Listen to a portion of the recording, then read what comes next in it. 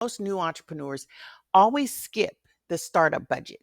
At best, they'll scribble down some rough numbers about rent, supplies, and software. Why is this?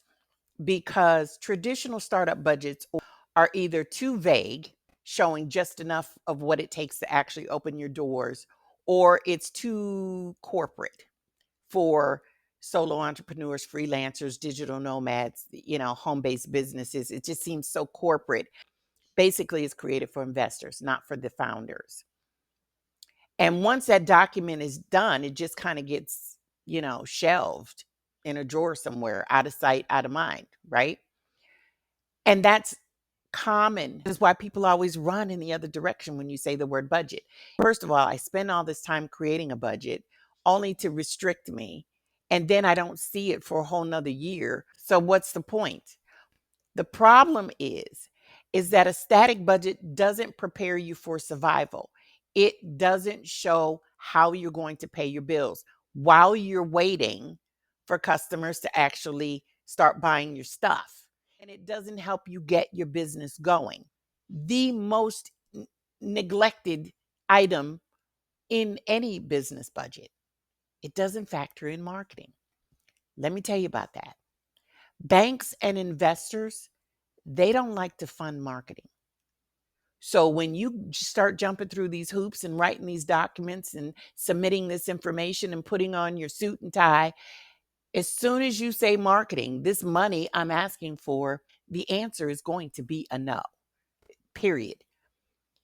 They like to fund tangible things.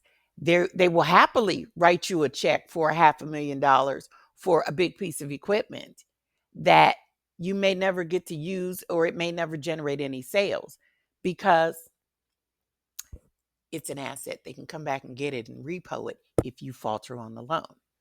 But when you say marketing, they don't want to fund that. That's not tangible. That's not something that they can recoup their money from. So they'll give you $500,000 for a piece of equipment, but not $5,000 for an ad campaign.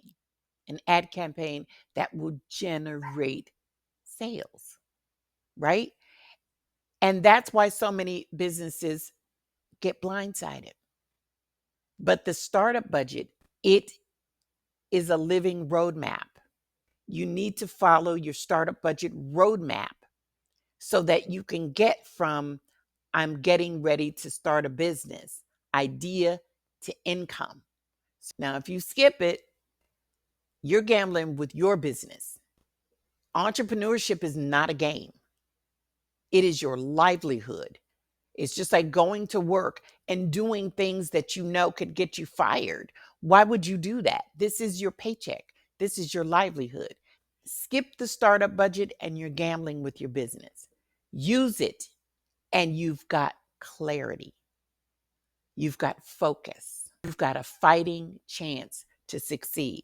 You've got a chance to last, to beat the statistics that says you're going to fail.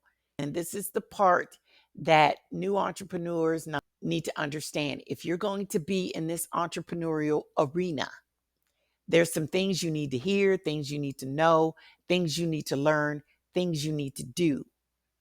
Stop glamorizing entrepreneurship.